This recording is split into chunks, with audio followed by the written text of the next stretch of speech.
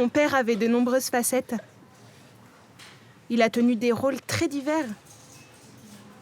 Le résumer en un mot, en un signe, c'est ça? C'est difficile. Papa était unique.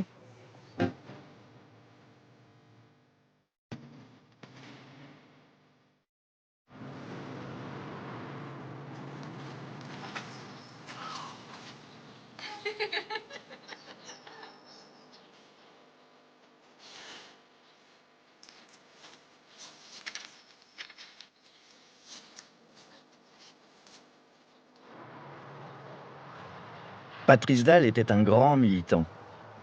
Il est décédé il y a 5 ans. Mais une partie de lui est toujours là. Dans leur maison familiale, je vais rencontrer ses 3 filles, Brigitte, Sophie et Juliette, qui vont partager avec nous leurs souvenirs. Partons en voyage dans le temps, à la découverte de Patrice.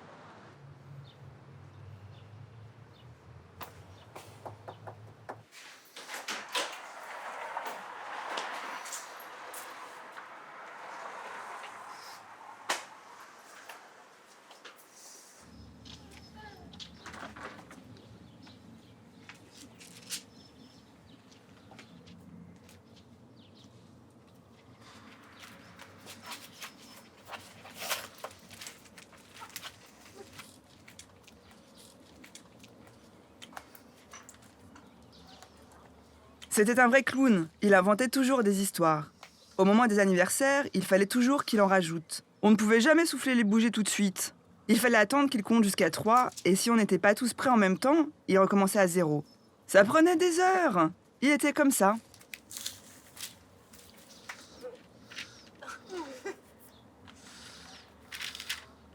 Mon père m'a transmis sa passion de la pêche.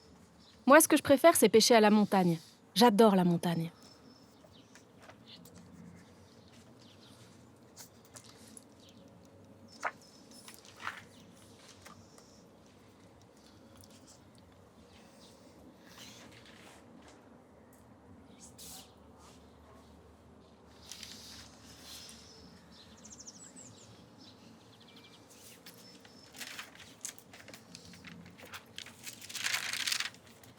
Ma mère, mes parents, étaient convaincus que Juliette était sourde parce qu'elle ne réagissait pas au bruit. C'est ça qui les avait fait tiquer. Alors, mes parents sont allés consulter un médecin ORL pour savoir ce qu'il pouvait faire. Puisque l'homme peut aller sur la Lune, on doit pouvoir réparer les sourds, non? Le médecin a dit non, on peut pas. Mais ne vous inquiétez pas, vous allez voir, à 6 ans, votre fille saura parler. Grâce à l'orthophonie, à l'oralisation. Mes parents se sont dit, elle ne commencera à parler qu'à 6 ans. Il ne faut pas oublier que Juliette était leur 3e enfant. Et nous, à 2 ans, on parlait déjà. En jouant, on était déjà dans l'échange. Et pourquoi ci, et pourquoi ça, et pourquoi tu dis ça? C'était inimaginable pour eux de rester sans communication jusqu'à ces 6 ans. Je me souviens qu'une fois, Juliette était toute petite. Elle avait moins de 3 ans et ne connaissait pas encore la langue des signes. Elle avait été punie et elle pleurait. Mais ce qui n'était pas juste, c'est que mes parents ne pouvaient pas lui dire que ce n'était pas bien de se mettre en colère, qu'elle devait apprendre à se maîtriser, à ne pas jeter les choses. Ils ne pouvaient pas lui expliquer. Là, ils ont pris conscience qu'il y avait un manque. Ils se sont mis à chercher des solutions, à rencontrer d'autres parents. À cette époque, l'association de LPE, de Langue pour une éducation, organisait des conférences. Ma mère a décidé de s'y rendre, par curiosité. Et je l'ai suivie. De retour à la maison, elle a dit « C'est bon, j'ai enfin trouvé la solution ». Et de là s'en est suivi l'engagement dans les associations, la rencontre avec les sourds.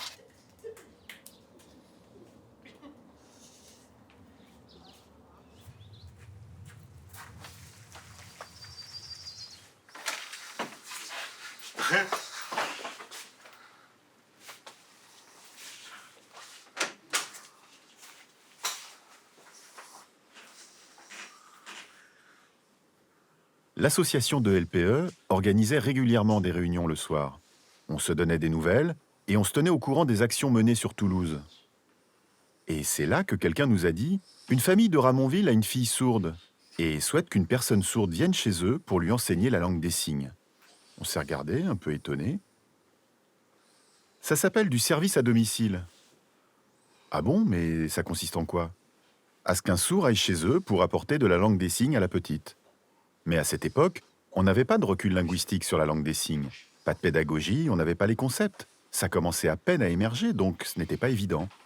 Tu n'auras qu'à signer avec elle, c'est facile. Ah oui? Au départ, j'étais seul avec Juliette. Et de temps en temps, sa maman passait. Et puis Patrice venait aussi. Et puis, quand le cours était fini, Patrice m'invitait à m'asseoir avec lui dans le salon, près de la cheminée. Il me proposait de prendre l'apéritif. Il me servait un verre. On trinquait. Et il me posait pas mal de questions sur les sourds. Et ce n'était pas évident d'y répondre. Sur la communauté, sur la langue des signes. On discutait et au fur et à mesure, je me suis rendu compte que je pouvais aussi apporter quelque chose aux adultes. Qu'il n'y avait pas que la rencontre avec l'enfant qui comptait. Patrice avait besoin de ces échanges pour pouvoir imaginer l'avenir de son enfant sourd. Et de lundi en lundi, ça a évolué. C'était un cours individuel avec Juliette, puis les sœurs sont venues, et puis la maman, et pour finir, le papa.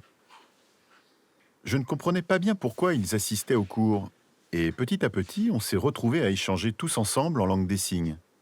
J'ai réalisé que quand je partais, ils pouvaient continuer à communiquer. Quand j'expliquais aux parents ce qu'on avait fait en cours individuel, ça ne leur permettait pas d'échanger avec leurs filles. Mais quand ils nous rejoignaient en cours, ils apprenaient des signes. Et c'est comme ça qu'ils ont réussi à être autonomes dans leurs échanges en famille.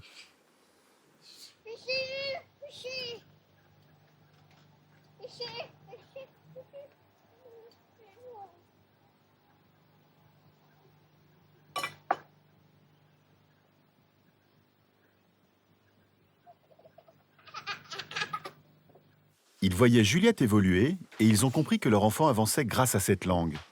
Et ça, ils l'ont accepté. Ils ont assumé cet état de fait. Ils la voyaient s'épanouir, rire, jouer. Ils avaient les moyens de communiquer. La langue des signes faisait partie intégrante de la famille.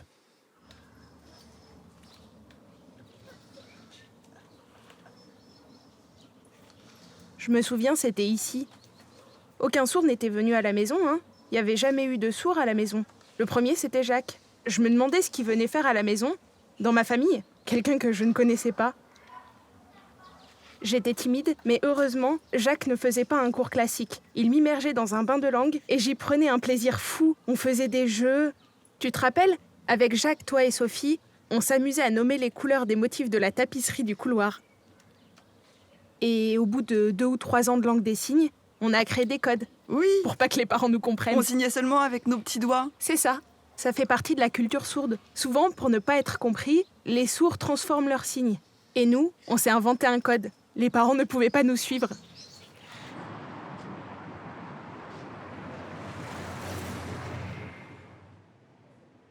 Au départ, je savais pas trop. Je voulais être photographe. Et puis, le hasard a fait que j'ai eu quelques cours de sociaux et je suis devenue complètement accro. J'ai plongé dans ce monde-là.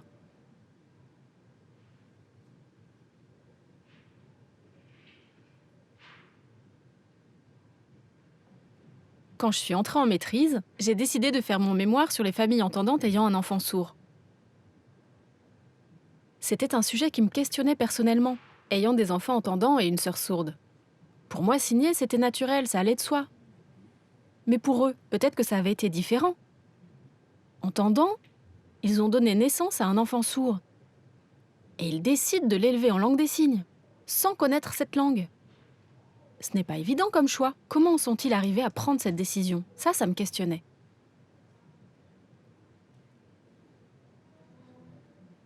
Mes parents, ceux qu'ils m'ont transmis, déjà, c'étaient tous les deux des scientifiques. Donc ils fonctionnaient toujours en suivant un protocole, en se basant sur des preuves. La deuxième chose qu'ils m'ont apportée, c'est une façon de militer, l'importance d'un militantisme constructif. Militer pour l'objectif que l'on veut atteindre, se battre pour ce que l'on veut, et non pas contre ce qu'on ne veut pas. Tout en respectant les parcours et les choix de chacun. L'important, c'est de se battre pour ce qu'on veut, garder le cap, sans trop se soucier des autres.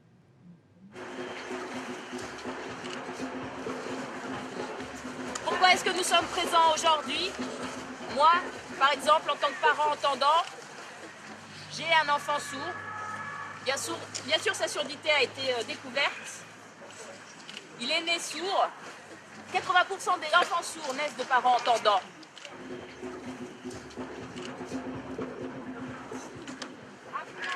quoi a besoin cet enfant? D'un lien, de créer un lien entre nous, pouvoir échanger entre parents et enfants. L'intervention et l'annonce de la surdité fait que ce lien est souvent coupé, brisé. Patrice était toujours très occupé. Tous les dimanches, il travaillait. À l'heure de manger, il disait « Attends, je n'ai pas fini ». Il était au téléphone, devant son ordinateur. Alors on avait préparé une petite manifestation avec des pancartes qui disaient « Papa, viens manger ». Il était toujours en déplacement. Parfois, je devais prendre rendez-vous pour le voir. Quand je l'attrapais, je ne le lâchais plus. On allait dans son bureau et j'en profitais pour lui dire « Eh oh, j'ai besoin d'un papa !» C'est comme si t'étais pas là. À table, je voyais mes parents qui n'arrêtaient pas de discuter. Bon, heureusement, il y avait d'autres enfants avec lesquels on pouvait bavarder en langue des signes. Parce que mes parents, ils parlaient tout le temps militantisme, stratégie, etc. C'était fatigant à la fin. Mais c'est vrai, quand on y pense, c'était pas juste. Tout citoyen français a droit à une école, avec des moyens adaptés. Voilà, point. Et devoir se battre pour ça encore aujourd'hui, c'est pas normal. À l'époque, il n'y avait pas de loi. Et on a quand même réussi à mettre en place une filière bilingue. Aujourd'hui, malgré la loi, il faut encore se battre. Là, je suis pas d'accord. Qu'ils prennent leurs responsabilités, chacun sa place.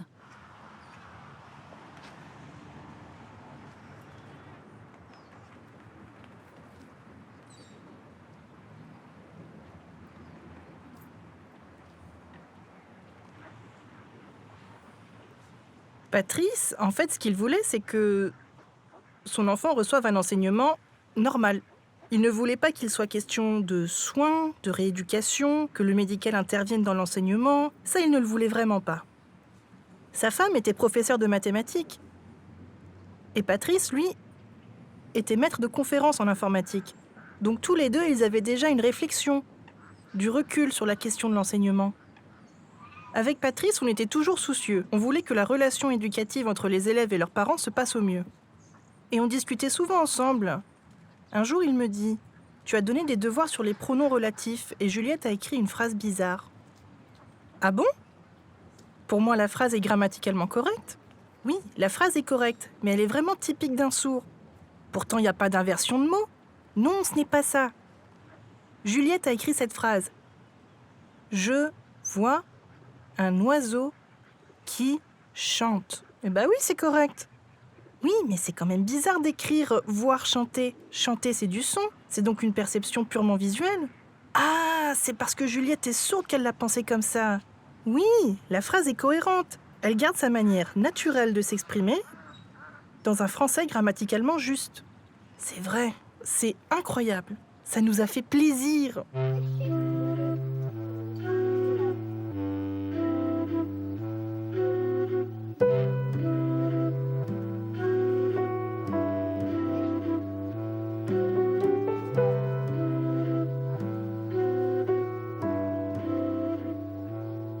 Ce qui est important, c'est le triangle. Il faut toujours avoir ça en tête. C'est quoi le triangle? Le triangle, c'est la relation entre l'enfant, les parents et les professionnels.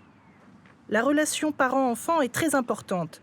Si les parents n'arrivent pas à donner des explications en langue des signes, alors ce sont les professionnels qui vont donner aux parents ces moyens-là pour qu'ils puissent aussi faire progresser les enfants. En classe, les enfants progressent très vite. Mais pour les parents, ça demande un long travail de prendre cette place dans l'éducation de leur enfant sourd. Tu m'as proposé qu'on se retrouve ici pour l'interview, mais quel est le rapport avec Patrice?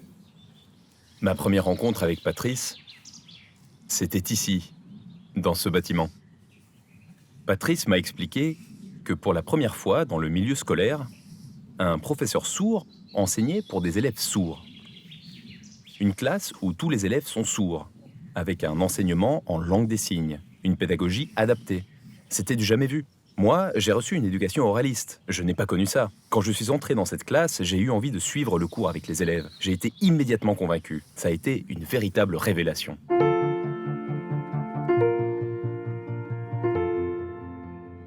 À l'époque, Patrice était président de l'APES Midi-Pyrénées. Et quand il a créé l'AMPES, l'Association nationale des parents d'enfants sourds, il en est devenu le président. Pendant un temps, il a assuré la présidence des deux associations. Et ensuite, il m'a proposé de devenir président de l'APES Midi-Pyrénées. Parce que je suis sourd. Il voulait montrer qu'un sourd peut avoir des responsabilités. qu'un sourd aussi peut tout faire.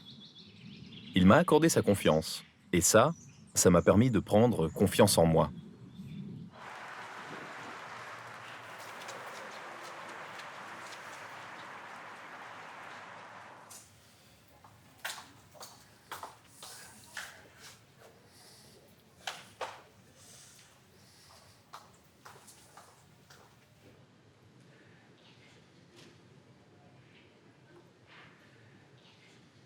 Quand j'ai commencé à enseigner en classe bilingue, mon père n'était plus mon père.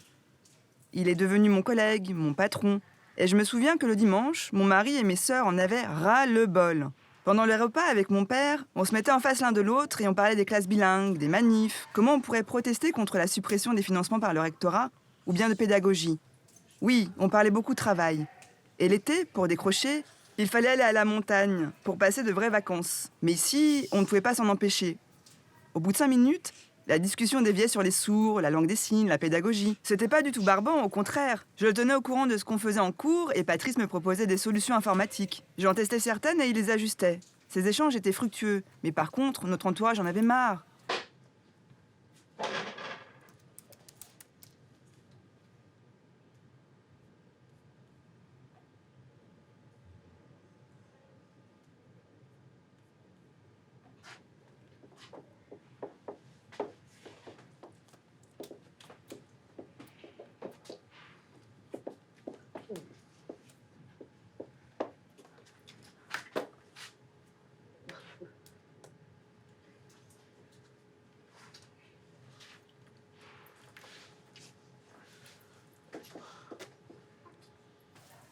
Je me rappelle du début du combat mené pour les classes bilingues avec 2 LPE. Il faut savoir qu'avant, les sourds étaient comme invisibles et quand ils ont pris conscience de leur identité de sourds, que leur langue avait de la valeur, ils se sont mis à repousser les entendants. C'est une réaction normale. Quand on ne te voit pas et que tout à coup tu te mets à exister, tu te dis « j'ai le droit de reprendre ma place ». Et quand j'ai commencé à donner des cours en classe bilingue, il y avait des sourds. J'exagère un peu, il y avait quelques jeunes sourds, mais quelques-uns ça suffit. Ils dénigraient les entendants en disant que s'ils se retrouvaient dans le monde des sourds, c'est qu'ils n'avaient pas trouvé leur place dans le monde des entendants. Et des critiques envers Patrice, j'en ai vu, dans son dos, jamais en face, ou alors il ne m'en a jamais parlé. Et quand je voyais ce qui se disait sur lui, je ne savais pas trop quoi faire. Ne rien dire et laisser couler, ou alors le défendre. Je ne le vivais pas bien, mais Patrice, lui, était plus tolérant que moi. Il avait compris leur situation, il n'a jamais pris la place des autres, il préférait rester en retrait. Il voulait que les sourds prennent des responsabilités. Par exemple, qu'un sourd devienne directeur, professeur. C'était tout à fait possible pour lui. Il les encourageait. Il était moteur, il les poussait. Il ne se mettait jamais en avant en disant « c'est moi qui sais et qui vais vous montrer ce qu'il faut faire ». C'était une grande qualité.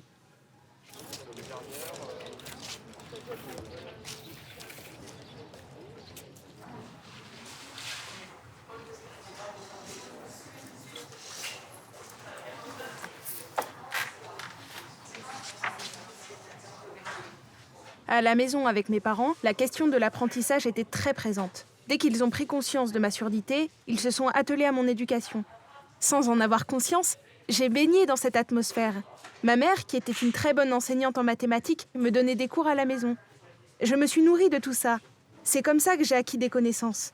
J'ai toujours aimé lire. Et puis j'avais 2 grandes sœurs qui avaient réussi, dont une est devenue enseignante à l'âge de 18 ans.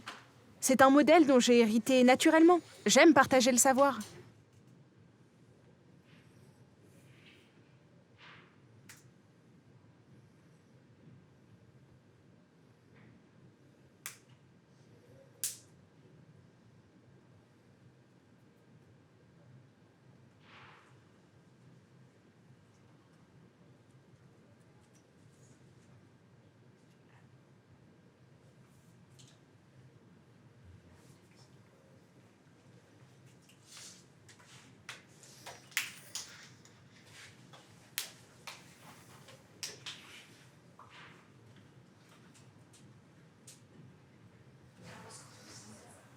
Dans mon cours, je ne classe pas les poèmes dans des catégories.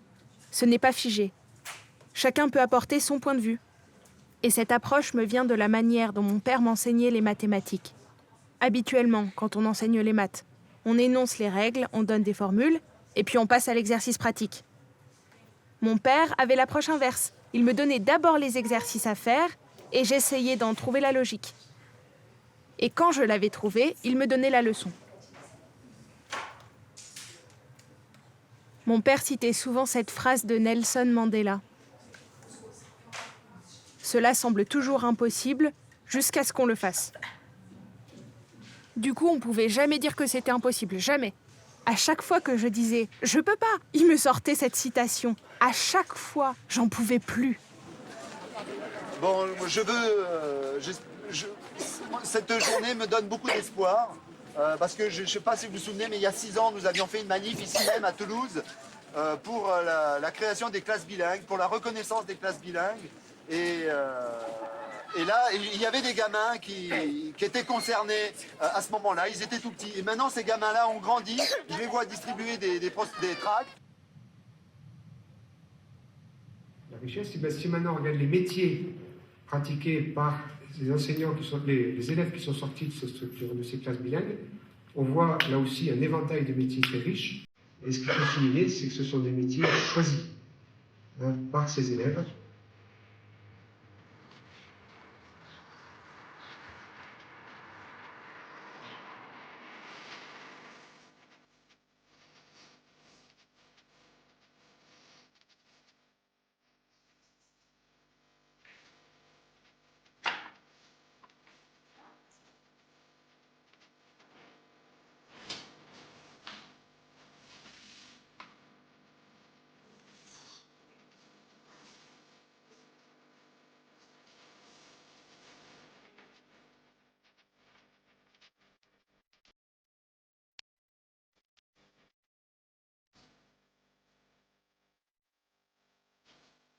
Quand on a déménagé de Marseille à Toulouse, j'avais 6 ans, je rentrais au CP. Patrice, je le croisais de temps en temps. C'était souvent lors d'événements organisés par l'APES, des rencontres entre parents, des fêtes. Il était là. Et aussi dans les manifs. C'est au collège, en 6e, que j'ai réalisé pourquoi j'étais dans une classe bilingue. Et pourquoi mes parents avaient fait ce choix. C'était pour moi, pour me donner un avenir, une vie et une intégration sociale plus facile, que je devienne un citoyen à part entière, grâce à cet enseignement en langue des signes. Être en classe bilingue, ça me paraissait normal, mais en fait, on a pu en bénéficier car c'était le fruit d'un combat mené durant des années, par Patrice, mais pas seulement. Beaucoup d'autres se sont mobilisés. Et c'est grâce à tous ces gens-là qu'aujourd'hui, je peux mener la vie que je souhaite.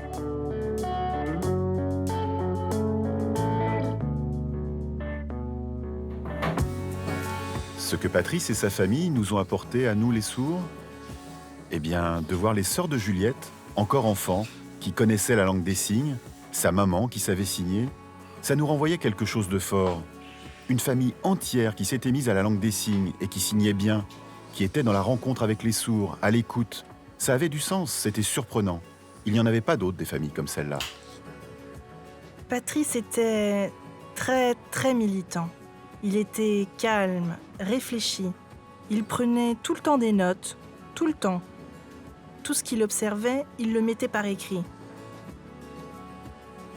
Et tout cela, il ne le faisait pas dans l'intérêt de sa fille, mais pour tous les sourds. Voilà. Il était comme ça, Patrice. À travers l'informatique, l'enseignement, l'éducation, il se battait pour montrer que tout était possible pour les sourds à condition qu'il y ait du visuel et de la langue des signes. Voilà, tout simplement. Patrice reconnaissait que la culture sourde, ce n'était pas la sienne. Il disait « Moi, je ne sais pas faire comme vous ». Mais il observait nos manières de faire. Et il nous disait qu'on avait toutes les compétences. Alors que nous, on n'avait aucun recul sur nos capacités. C'est parce qu'il a vu ses compétences en nous qu'on a pris conscience qu'en tant que sourds, on avait une identité propre, une culture. Et cette culture, il ne nous l'a pas transmise, il nous l'a révélée.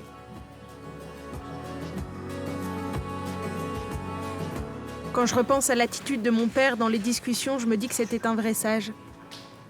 Car il était capable, dans des moments où les échanges étaient houleux et partaient dans tous les sens, de ne rien dire, d'écouter et de faire une intervention très brève qui permettait de faire avancer le débat. Il avait le bon argument au bon moment.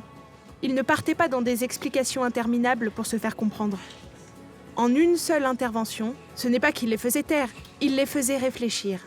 Quand les discussions s'écartaient du sujet, c'est toujours papa qui recentrait le débat. En un mot.